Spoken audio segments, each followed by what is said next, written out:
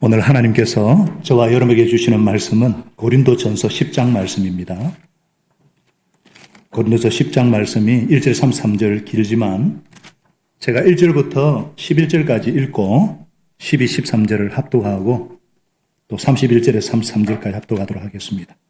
형제 자매 여러분, 나는 여러분이 이 사실을 알기를 바랍니다. 우리 조상들은 모두 구름의 보호 아래 있었고 바다 가운데를 지나갔습니다. 이렇게 그들은 모두 구름과 바다 속에서 세례를 받아 모세에게 속하게 되었습니다. 그들은 모두 똑같은 신령한 음식을 먹고 모두 똑같은 신령한 물을 마셨습니다. 그들은 자기들에게 동행하는 신령한 바위에서 물을 마신 것입니다. 그 바위는 그리스도였습니다. 그러나 그들의 대다수를 하나님께서는 좋아하지 않으셨습니다. 그들은 광야에서 멸망하고 말았습니다. 이런 일들은 우리 조상들이 악을 좋아한 것과 같이 우리가 악을 좋아하는 사람이 되어서는 안 된다는 것을 우리에게 가르쳐 주신 본보기가 되었습니다. 그들 가운데 얼마나 우상을 숭배했습니다. 성경에 기록하기를 백성들이 앉아서 먹고 마셨으며 일어서서 춤을 추었다 하였습니다. 여러분들은 그들같이 우상 숭배자가 되어서는 안 됩니다. 간음하지 맙시다. 그들 가운데 얼마가 간음을 하였고 하루에 23,000명이나 쓰러져 죽었습니다. 그리스도를 시험하지 맙시다. 그들 가운데 얼마는 그리스도를 시험하였고 뱀에 물려서 죽었습니다. 그들 가운데 얼마가 불평한 것 같이 불평하지 마십시오. 그들을 파멸시키는 이에게 멸망을 당했습니다. 이런 일들이 그들에게 일어난 것은 본보기가 되게 하려는 것이며 그것들이 기록된 것은 말세를 만난 우리에게 경고가 되게 하려는 것입니다. 같이 읽겠습니다. 그러므로 서 있다고 생각하는 사람은 넘어지지 않도록 조심하십시오. 여러분은 사람이 흔히 겪는 시련밖에 다른 시련을 당한 적이 없습니다. 하나님은 신실하십니다. 여러분이 감당할 수 있는 능력 이상으로 시련을 겪는 것을 하나님은 허락하지 않으십니다. 하나님께서는 시련과 함께 그것을 벗어날 길도 마련해 주셔서 여러분이 그 시련을 견뎌낼 수 있게 해주십니다. 제가 16, 17절, 24절 읽습니다. 우리가 축복하는 축복의 잔은 그리스도의 피의 참여함이 아닙니까? 우리가 떼는 빵은 그리스도의 몸의 참여함이 아닙니까? 빵이 하나이므로 우리가 여럿일지라도 한 몸입니다. 그것은 우리가 모두 그 한 덩어리 빵을 함께 나누어 먹기 때문입니다. 24절입니다. 아무도 자기 유익을 추구하지 말고 남의 유익을 추구하십시오. 자, 31절 33절을 큰 소리를 씁니다. 그러므로 여러분은 먹든지 마시든지 무슨 일을 하든지 모든 것을 하나님의 영광을 위하여 하십시오. 여러분은 유대 사람들에게도 그리스 사람들에게도 하나님의 교회에도 걸림돌이 되지 마십시오. 나도 모든 일을 모든 사람의 마음에 들게 하려고 애를 씁니다. 그것은 내가 많은 사람의 이로움을 구하여 그들이 구원을 받게 하려는 것입니다. 아멘. 저는 지난주 말씀에 순종하고자 지난주 말씀의 제목이 무엇이죠? 능력 있는 사역자, 능력 있는 복음 전도자가 되려면 이 말씀에 순종하기 위해서 제가 먼저 복음의 감격에 빠지고자 소원했습니다. 그래서 새벽마다 무릎을 꿇을 때마다 하나님의 영광, 하나님의 그 영광을 간절히 바라고 예수님의 이름의 그 건세를 깊이 묵상하는 경배 기도를 해 새벽마다 올려드렸습니다. 나의 권리를 포기하기 위해서 예수님처럼 섬기는 삶을 살고자 소원했습니다. 저도 관광을 섬길 수가 있었고 선교사들을 섬길 수 있었고 목자 가정을 섬기고 성도들을 섬길 수가 있었습니다. 쉽지 않았습니다. 그러나 섬길 때에 보람과 기쁨과 평강이 넘쳤습니다. 하늘 상급을 목표로 단순히 순종하는 삶을 사니까 다 행복했어요. 아마 여러분들도 각자의 삶 속에서 일터에서 학교에서 가정에서 사회 현장에서 최선을 다해 사신 줄로 믿습니다. 이 모든 것이 하나님의 영광을 위한 것인 줄로 믿습니다. 오늘 주님께서 우리에게 주시는 말씀의 핵심도 바로 그거예요. 하나님의 영광을 위해 살라. 그리스도인이라면 너무나 당연한 말씀이죠. 너무나 옳은 말씀이고 너무나 중요한 말씀이죠. 그런데 우리가 예수를 믿고도 삶에 여러 가지 문제가 생기는 이유가 뭘까요? 모든 것을 하나님의 영광을 위해 하지 않기 때문입니다. 우리의 삶을 한번 정직하게 한번 돌아볼까요? 각자가 삶의 무게와 어려움들을 헤쳐나가기 위해서 정말 열심히 살잖아요. 눈코 뜰 새 없이 열심히 살지 않습니까? 새벽부터 밤늦게까지. 근데 그 모든 것을 하나님의 영광을 위해 살기로 정말 신경을 쓰고 기도를 하고 계십니까? 안타깝게도 그런 생각 자체를 잊어버리고 살 때가 많습니다. 또 하나님의 영광에 대한 오해가 있어요. 예를 들어서 우리가 수험생들을 위해서 기도하지 않습니까? 들고 학교 가면 좋은데 안 됐단 말이죠.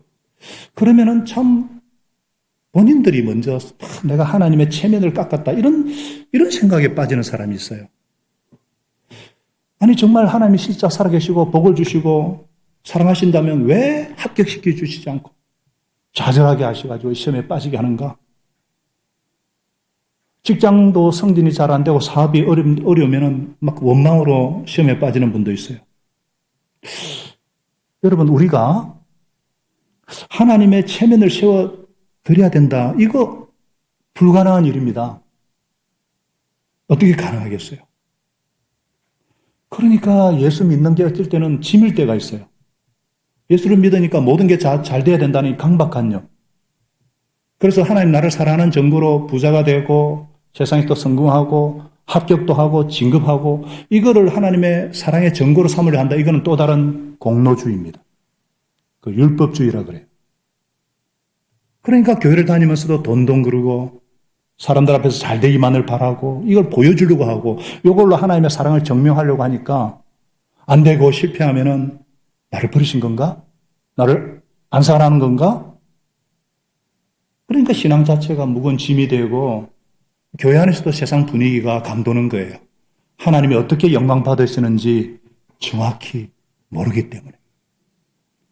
오해를 하기 때문에.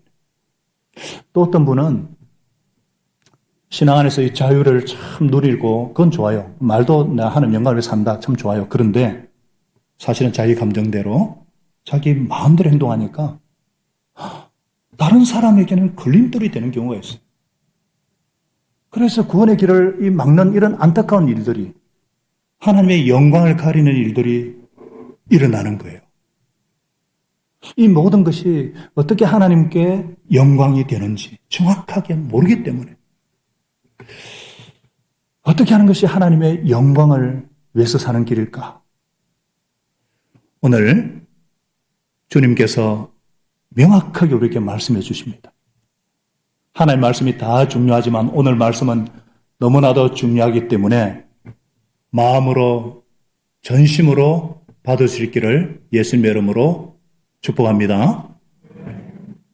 먼저 우리가 하나님께 영광 돌리는 삶을 살기 위해서 경계해야 될 것이 있습니다. 신앙적인 교만을 조심해야 합니다. 다 같이요. 신앙적인 교만을 조심하라. 왜냐하면 교만은 죄를 불러오기 때문입니다. 고린도 교회가 문제가 많았잖아요. 그러나 근본 문제의 뿌리는 뭐냐? 교만, 영적인 교만 때문이라는 거예요. 스스로 서 있다고. 이 교만은. 바울 사도께서 고린도 교인들에게 정말 상기시켜준 이야기 사실이 있는데 바로 출애굽한 이스라엘 백성의 얘기입니다. 왜냐하면 교만한 이스라엘 그 당시의 상황과 고린도 교회 상황이 너무나 비슷하기 때문에 이스라엘이 출애굽 후에 광야에서 다 죽습니다. 하나님 앞에서 계속 죄를 범했기 때문입니다. 있을 수가 없는, 상상할 수 없는 그런 의미가 이 역사적 사실을 상기시킴으로써 여러분 이스라엘 백성들만큼 은혜 받은 민족이 어디 있어요? 그런 정말 민족이 또 있을까요? 그 종살이 하던 정말 쓸모없는 노예 백성들이잖아요. 그런데 유월절 어린 양의 피와 홍해 바다가 갈라지는 이런 기적을 통해서 출애굽 이집트를 탈출을 했어요. 바다를 걸어서 지나는 그 일을 세례라고 했습니다. 그렇게 표현해요. 한 개인이 세례를 받고 한 가족이 세례를 받는 건 엄청난 은혜입니다. 그런데 민족이 통째로 세례를 받는 그런 은혜를 받았어요. 광야에서는 농사를 지을 수 없습니다. 그런데 40년 동안이나 하늘에서 만나를 먹여주셨어요. 이 만나를 성찬을 의미한다고 했어요. 광야에서는 물이 없습니다. 그런데 반석에서 물이 솟아났어요. 이 반석은 예수 그리스도를 의미한다고 했어요. 그러니까 이스라엘 백성들은 상상을 할 수 없는, 상상이 안 되는 하나님의 은혜를 민족적으로 받았습니다. 이 정도면 하나님께 감사해야 되잖아요. 말씀에 순종하고 살아야 되잖아요. 이 정도 은혜라면은 만일 우리가 홍해가 탁 갈라지고 40년 동안 만나가 내리고 반석에서 생수가 터지는 은혜를 받았다면은 누구라도 정말 하나님을 믿지 않겠습니까? 그런데 이스라엘은 얼마나 악하게 살았는지 광야에서 다 죽여버립니다. 요수와 갈렙 빼고는 매일 86명이 매일 죽어나가요. 6절은 말씀합니다. 이런 일들은 우리 조상들이 악을 좋아한 것 같이 우리가 악을 좋아하는 사람이 되어서는 안 된다는 것을 우리가 가르쳐주는 본보기가 되었습니다. 고린도교회 교인뿐만 아니라 이 말씀을 읽고 있는 우리에게 경고하는 거예요. 우리도 정말 하나님의 은혜로 정말 예수님을 믿음으로 구원을 받았습니다. 그러나 우리 속엔 여전히 구원받고 바로 천국에 가면 좋겠지만 여전히 죄성을 갖고 있습니다. 악을 좋아하는 제 본성을 갖고 있어요. 그 악을 좋아하는 본성대로 따라 살면 큰일이라는 겁니다. 죽는다는 것입니다. 이 사실을 명심하고 살아야 한다. 그 말씀이에요. 이것을 잊어버리면, 하나님의 은혜를 잊어버리면 어느 순간에 교만해져서 악을 저지르는 자가 된다는 것입니다. 고린도 교인들은 영적인 체험이 많습니다. 신앙적인 지식도 많아요. 이런 자만심이 하나님의 능력을 체험했음에도 불구하고 결국 죄를 짓고 멸망기로 가고 있는 거예요. 우리도 교회 생활을 참 오래 하고 성경보도 많이 하고 체험을 어떤 여러 가지 영적인 체험을 했다? 이런 신앙적인 교만 때문에 자신을 파괴시키고 주의를 다치게 하는 예가 너무나 많습니다. 교만한 사람은 남이 모르는 하나님의 뜻을 더 잘한다고 하나님 은혜를 더 많이 받다는 이 자만심이 있기 때문에 매사에 자기 생각대로 밀고 나갑니다. 신앙생활에서 가장 무서운 것이 이 교만에서 오는 잘못된 확신입니다. 교만에서 오는 잘못된 확신. 신앙생활의 가장 무서운 것 중에 하나예요. 왜냐하면 이 교만은 우상숭배를 가져옵니다. 우상숭배 그러면은 새로 믿는 사람이거나 안 믿는 사람이 우상숭배가 문제될 것 같죠. 근데 신앙생활 오래 하고 이런 사람은 상관이 없다 생각하는데 우상을 너무 좁게 해석한 결과예요. 나무나 금속으로 만든 것만이 우상이 아닙니다. 하나님보다 더 사랑하는 것이 우상이에요. 그래서 성경에 탐심은 우상숭배다 그랬어요. 신앙 연륜이 깊은 사람들은요, 자신의 사역이나 어떤 신학이나 교단의 전통이 우상이 될 수가 있어요. 오늘날 교회를 보세요. 하나님보다 더 사랑하고 의지하는 것들, 이게 우상이 되고 있어요. 심지어 많은 교회가 사역을 잘해보려고 막 다투고 막 분열합니다. 신학적인 의견으로 갈랐습니다. 전통을 갖고 싸웁니다. 하나님보다 더 사랑한다는 증거예요. 예수님께서 말씀하신 가장 크고 중요한 계명이 무엇이죠? 가장 크고 중요한 성경의 핵심이 뭐죠? 마태복음 22장 37절에 하나님 사랑, 그리고 이웃을 네 몸처럼 사랑하라. 이웃 사랑이에요. 이게 모든 성경의 핵심이에요. 예수님은 말씀하셨죠. 나를 사랑하는 자는 나의 계명을 지키는 자다. 그런데 이것을 무시하고 특정 이슈를 놓고 사랑을 깨는 행위는 예수님께 불순종하는 것입니다. 사역이나 신학이나 전통이 하나보다 더 중요해졌다는 뜻이에요. 신앙 연륜이 깊어지면서 신앙생활에서 다른 그 무엇보다도 사랑이 점점 더 중요해져야 합니다. 신앙이 깊어지고 연륜이 깊어질수록 다른 그 무엇보다도 사랑이 점점 더 중요해져야 합니다. 옳고 그름보다 사랑입니다. 하나 되는 것입니다. 그것이 목표가 될 때에 우상숭배에 빠지지 않고 하나님께 계속 쓰임받을 수가 있습니다. 또 교만이 문제가 가늠하게 만들어요. 저는 정말 괜찮은 목사가 또 교회 중직자가 간음을 하고 그래서 가정이 파괴되고 목회를 접는 것을 보게 될 때 너무 가슴이 아픕니다. 나라도 저리 안 될 수 있나? 늘 조심하려고 반면교사를 삼으려고 합니다. 절대 나는 빠지지 않는다는 이 교만이 자신감이 이승과의 관계에 대한 경계심을 늦추게 만들어요. 그래서 어떤 상담을 하다가 보면은 그렇게 만나면은 깊숙한 얘기를 하게 되고 정이 들면은 끌려가지고 가늠하게 되는 거예요. 오늘날 이 초등 동창회 모임이라든지 이 산악 동호회, 자전거 동호회 혹은 사내 커플이 불륜이 심각합니다. 성적인 죄에 대해서는 누구든지 겸손해야 돼요. 아무도 자신할 수 없습니다. 섰다고 하다가 넘어집니다. 우리 교회는 목장의 여성 식구는 목녀가 돕도록 되어 있습니다. 절대 이신거리는 피합니다. 혹은 부부가 같이 모이든지 공개적으로 모입니다. 그래서 청년들도 마찬가지입니다. 그래서 이렇게 자신을 지켜야 계속 하나님께 쓰임받을 수가 있습니다. 또한 교만은 불평하게 만듭니다. 출애굽 후에 이스라엘 백성들 끊임없이 불성했어요. 홍해를 건넌 후에 길이 조금만 그런 기적을 체험하고도 길이 조금만 힘들다고 왜 애굽에서 우리를 데려 나와가지고 이 고생시키냐고 불평했습니다. 만나를 먹으면서도 왜 고기는 안 주냐고 불평했습니다.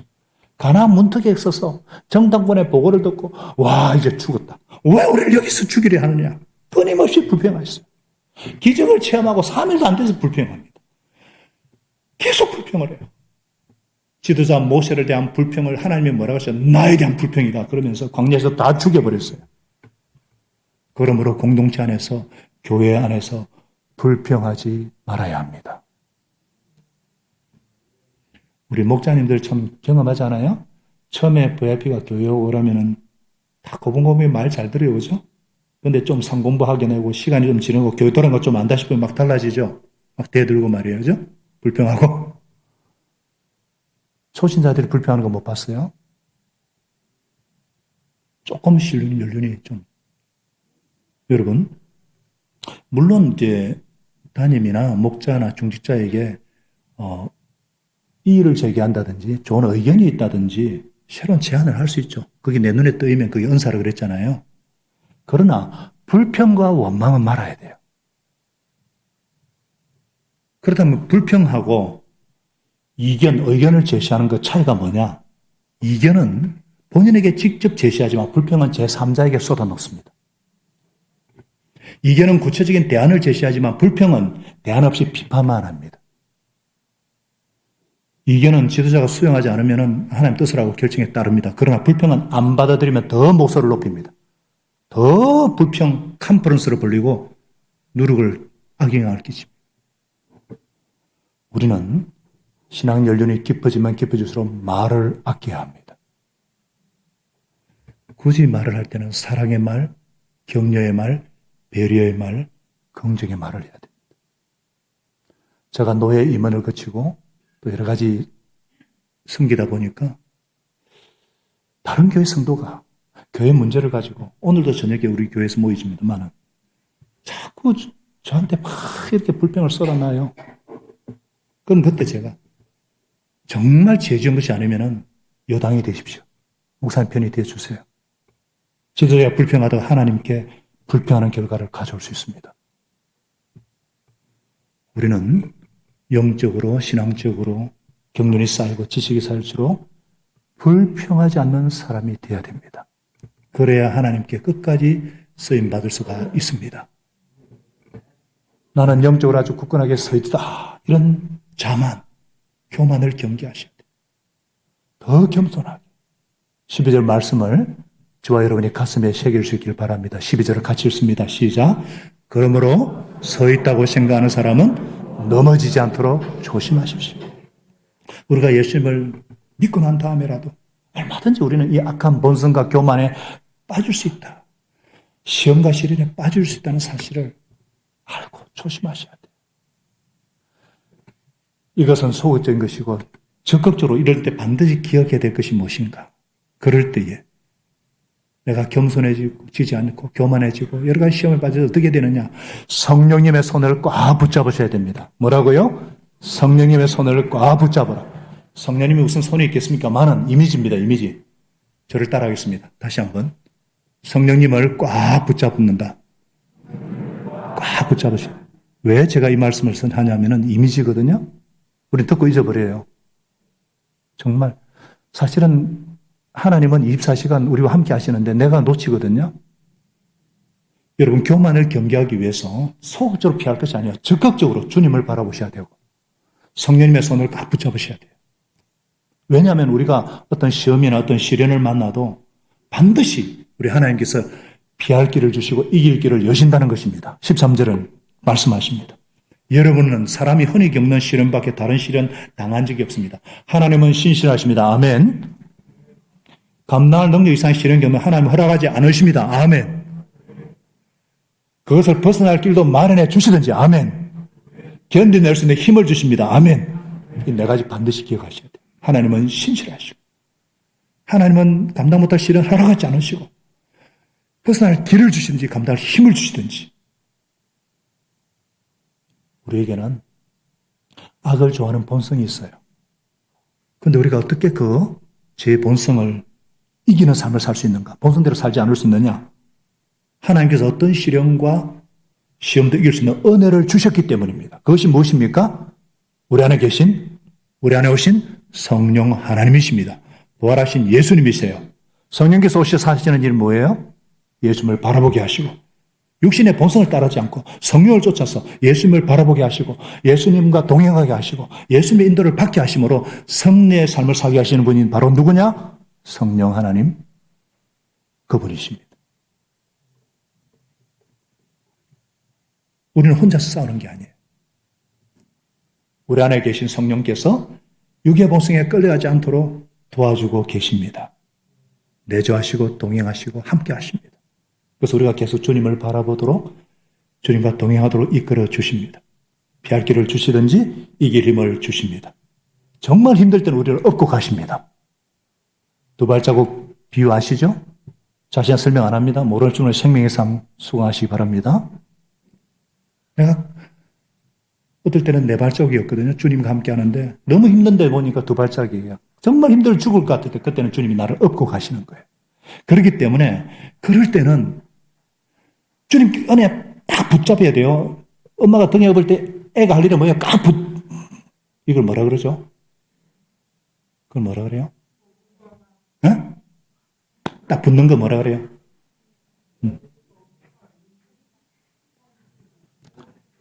아니, 이게 딱 붙어 있어야 돼요. 예, 껌딱지 같이. 껌딱지, 그죠? 이제 안 잊을 거예요, 껌딱지. 이거를, 주님께 딱 붙으셔야 돼요. 성령님의 손을 꽉 붙잡으셔야 돼요. 따라가겠습니다. 성령님의 손을 꽉 붙잡아라. 여러분, 성경에는요, 하나님이 천지를 창조하시는데 시편에는 주의 손가락으로 쓰신 이사야서는 주의 능력의 팔이 나오고 그분이 직접 오신 분이 성령님이시란 말이에요. 그분을 꽉 붙잡으셔야 돼요. 겉으로 믿음이 좋아 보이는 사람이 어느 순간에 맥없이 죄에 무너지는 이유가 뭐냐? 믿기는 믿는데 실제 친밀하게 성령님과 동행하는 삶을 살지 못하기 때문이에요. 겉으로는 아주 믿음이 있어요. 속으로는 끊임없이 자기밖에 생각 못해요. 자기 신뢰야. 좀 더 다른 말을 하면 자기 중심성, 자아 민감성, 자기밖에 몰라. 자기만 생각해. 그리고는 자꾸 예수님 놓치고 세상의 성공, 세상의 명예, 세상의 중요, 세상의 쾌락에 기웃거리다가 거기에 매어 사는 거예요. 왜? 마음이 공허하기 때문에. 실제로 예수님이 주시는 기쁨을 몰라요. 평안도 몰라요. 부활하신 예수님과 동행하는 그 부활의 권능 능력도 없어요. 사람이 그렇게 영적으로 공허해지면요. 견딜 수가 없어요. 그래서 뭔가를 채워야 되는데 그것이 뭐냐? 세상이 주는 걸 붙잡는 거예요.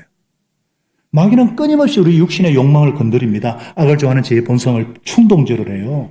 그래서 주님이 원하는 합당한 삶을 살지 못하게 방해를 해요. 그렇기 때문에 우리가 예수를 주로 받았으면 예수님을 주님으로 믿었다면 예수님과 한 몸이 됐다는 사실을 분명히 아셔야 돼요. 나는 예수님과 함께 죽었고 예수님과 함께 사는 한 몸이 됐다는 것을 날마다 확인하는 것이 뭐냐? 성찬이에요. 성찬. 예수님의 살과 16절에 예수님의 살과 피를 먹고 마시면서 한 몸인 것을 확인하는 것이 성찬식이에요. 이걸 우리가 매주 하면 좋겠는데 2달에 한 번 하니까 매달 성찬식 세례식 하니까 이걸 매일 여러분이 개인적으로 예수님과 내가 한 몸이구나, 내가 성찬받은 사람이구나, 예수님의 살과 피를 먹고 마신 사람이라는 걸 항상 기억하셔야 돼요. 매일 24시간 기억하셔야 돼요. 그게 어렵다고요? 아이고 24시간 어떻게 기억을 해요? 24시간 매일 예수님을 동행하면은 그거는 정말 힘들면은 딱 10분만이라도 뭐라고요? 10분만이라도 십자가를 묵상하세요. 10분만이라도. 그러면 주님이 뭐라 하시는 줄 알아요? 10분만이라도 주님의 십자가를 바라보면은 주님이 뭐라 하시는 줄 알아요? 이야, 난 네가 얼마나 좋은지, 난 네가 얼마나 사랑스러운지, 내가 너를 위해서 이렇게 십자가에 대신 죽었어. 너 그거 잊어버렸니? 내가 이만큼 너를 사랑하는 거 그거 잊어버렸니? 그걸로 만족하지 못하겠니? 내가 너를 이만큼 사랑해 주는 것만으로도 행복하다는 말 못하겠니? 뭐가 더 부족하니? 너 인생의 짐이 무겁다고? 나는 너보다 더 무거운 짐을 지고 세상을 살았어. 다 지나가는 거예요. 나중에 내가 너에게 안겨줄 하늘의 영광은 이 세상의 시련과 비교가 안 돼. 하루 10분간 십자가의 주님을 묵상하세요. 아무리 바빠도 하루 10분간만. 나를 사랑하셨어. 나를 위해 자기 몸을 버리신 예수님의 십자가 앞에 다가가세요. 하루 10분만. 그러면은 십자가에 죽으실 뿐 아니라 부활하신 예수님, 살아계신 성령님께서 충만히 임하시고 그 성령님의 손을 꽉 붙잡았어요. 아무리 세상이 힘들어도, 아무리 세상 살기가 어려워도 다시 한번 일어날 힘을 주실 것입니다. 예수님만 붙잡읍시다. 가정에서, 교회에서, 일터에서도 주님만 바라보십시다. 감당하지 못할 시험 허락하지 않으십니다. 피할 길을 주시든지 감당할 힘을 열어주십니다.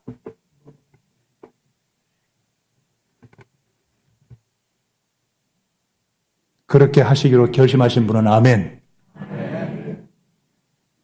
하루 10분만이라도 얼마나 놀라운 일이 일어나는지 한번 목장 모임에서 경험해 나눠보시기 바랍니다.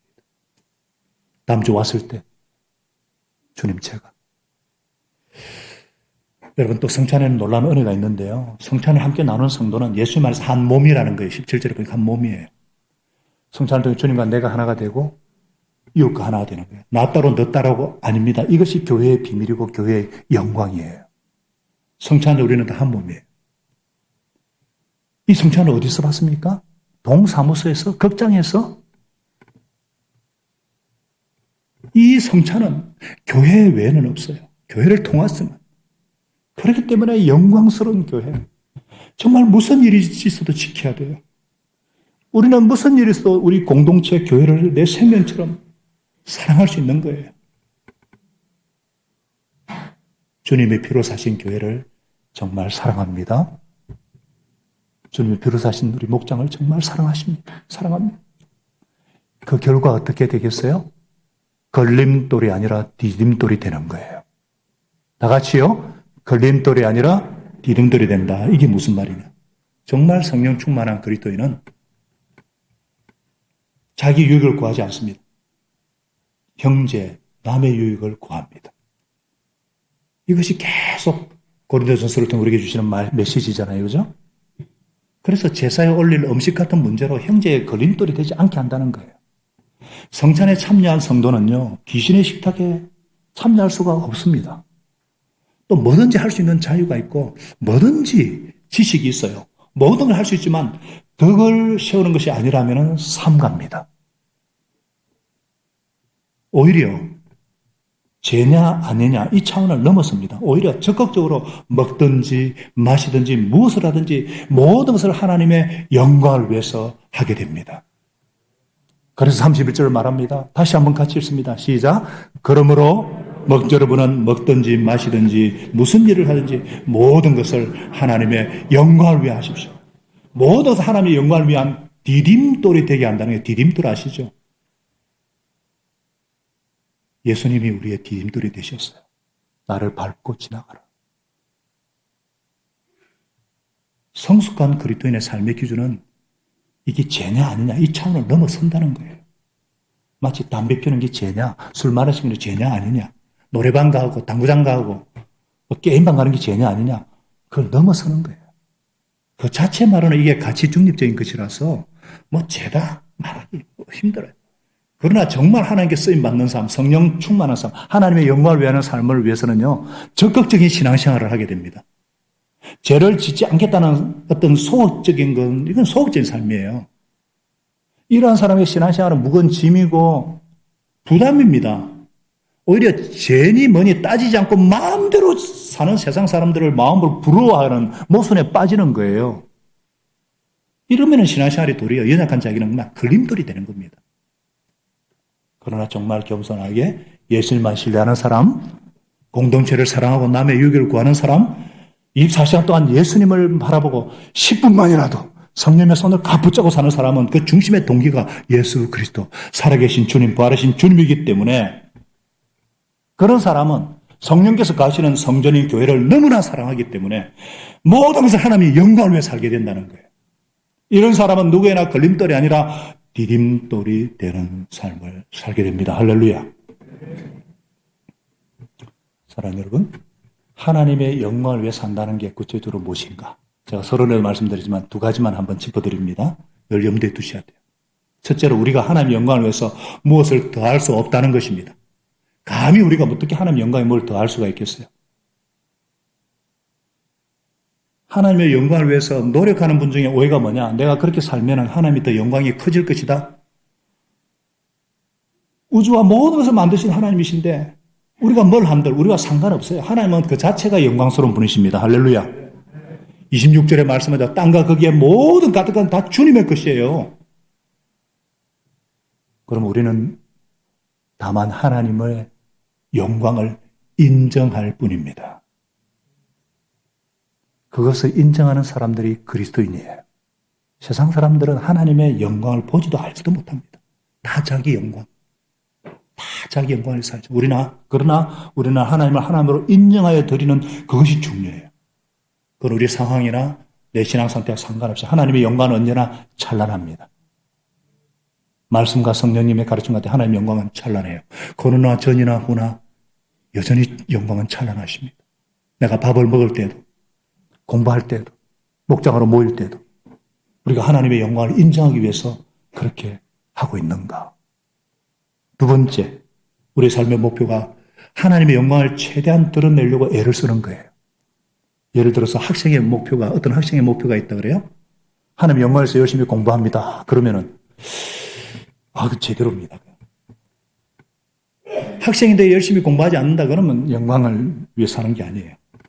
그런데 열심히 하는데 이유가 괜찮은 사람으로 인정받기 위해서 한다? 그러면은 공부 안 한 사람하고 비슷한 거예요. 우리가 무엇 때문에 열심히 하는가? 정말 하나님 영광을 위해서 직장생활을 열심히 하고 가정생활 열심히 하고 목장 교사로서 열심히 하고 단조로움같이 목장으로 모이는 거 모든 동기가 뭐냐? 하나님의 영광. 아주 단조로운 일을 할 때도 그렇게 해야지. 큰 일만 하고 전체만 할 때 그 일을 하는 거 영광시키는 게 쉬워요. 그러나 가장 공장에서 기계 조립 하나 하고 아무도 알아주지 않는 그것도 하나님의 영광을 위해서 하는가? 그런 예가 수없이 많아요. 여러분이 잘 아는 셰익스피어 있잖아요. 위대한 극작자죠. 이 양반은 카페에서 글을 많이 쓰는데 하루는 한 소년이 카페 소년이 열심히 노래 부르면서 즐겁게 청소하고 있는 거예요. 셰익스피어가 말합니다. 이야, 얘야 너는 별로 중요한 일을 하는 것 같지 않은데 뭐가 그렇게 즐겁니? 저는요 하나님께서 창조하신 이 세상의 한 부분을 깨끗하게 청소하는 일을 하고 있어요. 뭐예요? 이 소년이 하는 단순한 일을 청소하고 서빙하고 설거지하는 것을 하나님과 연관시키고 있어요. 그것을 볼 때 이 셰익스피어가 너무나 감동을 받아가지고 이것을 예수님이 뭐라고 하셨느냐? 빛과 소금의 삶이라고 하셨어요.